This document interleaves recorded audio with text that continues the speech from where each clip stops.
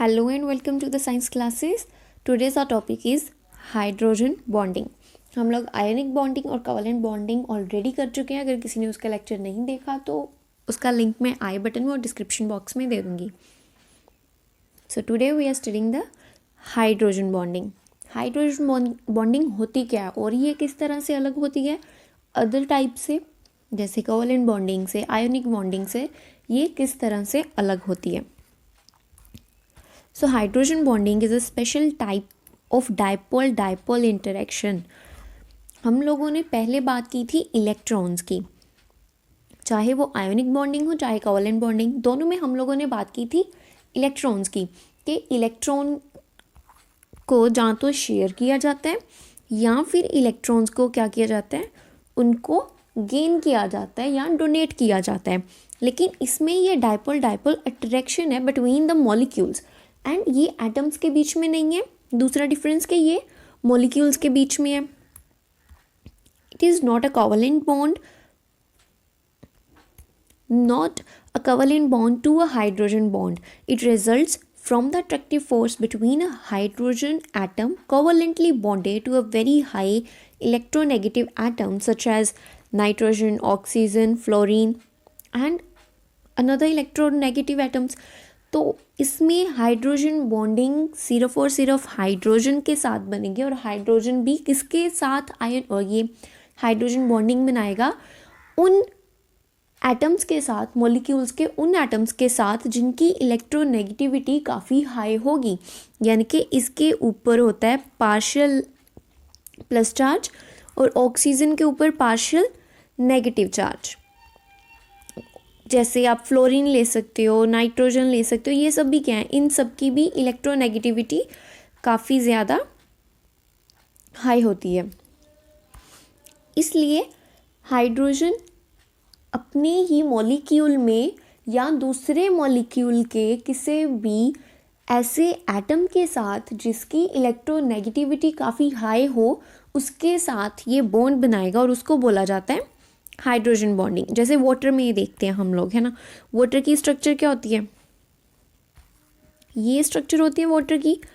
एक तो ऑक्सीजन इसके साथ लगा ही हुआ है ना. तो एक और आप ले लो,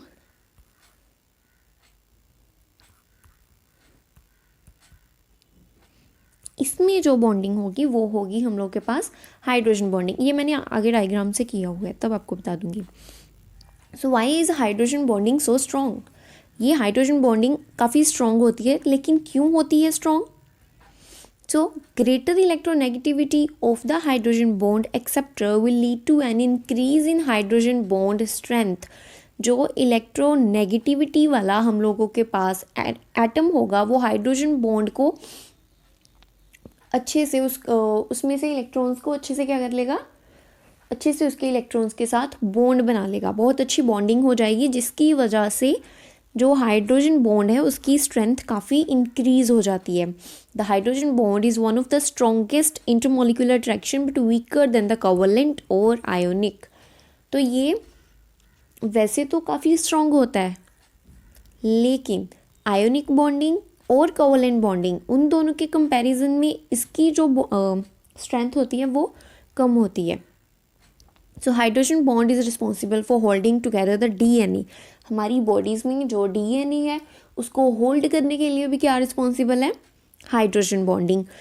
प्रोटीन्स एंड अदर मैक्रोमोलिक्यूल्स, तो हमारी बॉडी में जितने भी, डीएनए तो एक ही होगा, देन प्रोटीन्स जितने भी हैं, द मैक्रोमोलिक्यूल्स जितने भी हैं, वो क्या होगा, उन सबको ये हाइड्रोजन बॉन्डिंग आपस में जोड़ कर रखता है कि वो एक साथ रहें. ये वही डायग्राम जिसकी मैं बात कर रही थी. ये देखो H2O, 2 हाइड्रोजन, 1 ऑक्सीजन, ठीक है. और ये दूसरा मॉलिक्यूल ले लिया वाटर का, ये पूरा एक मॉलिक्यूल हो गया और ये सेकंड वाला मॉलिक्यूल हो गया पूरा.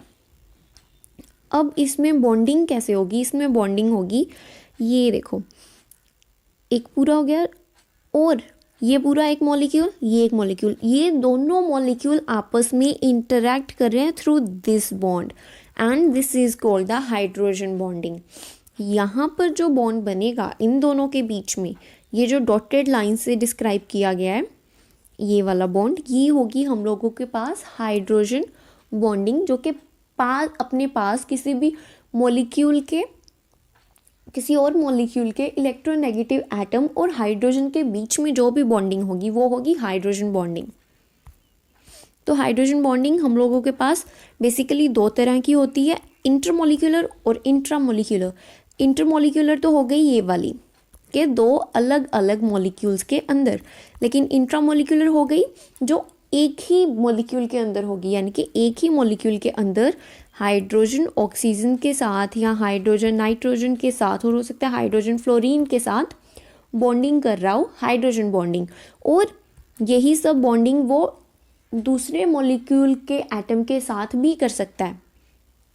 ओके, तो ये हो गई दो टाइप की हम लोग के पास intermolecular hydrogen bonding. First is the intermolecular and second is the intramolecular. तो बस यही होती है हाइड्रोजन बॉन्डिंग। इसकी एक प्रॉपर्टी होती है हम लोगों के पास कि इसके मेल्टिंग पॉइंट और बॉइलिंग पॉइंट्स काफ़ी हाई होते हैं। ये क्यों हो जाते हैं? बिकॉज इसकी वजह से हमारा मॉलिक्यूल और ज़्यादा स्टेबल हो जाता है। इसके जितने भी कंपाउंड्स होंगे, जितने भी मॉलिक्यूल्स होंगे, उनकी मेल्टिंग पॉइंट और बॉइलिंग पॉइंट काफ़ी ज़्यादा हाई हो जाती हैं, बिकॉज उनकी स्टेबिलिटी इंक्रीज हो जाती है उन मॉलिक्यूल्स की। So thank you so much for watching the video. Like and share the video and subscribe to the science classes, and you can follow us on the Instagram as well @official science classes. इसका link आपको description box में भी नीचे मिल जाएगा। Thank you.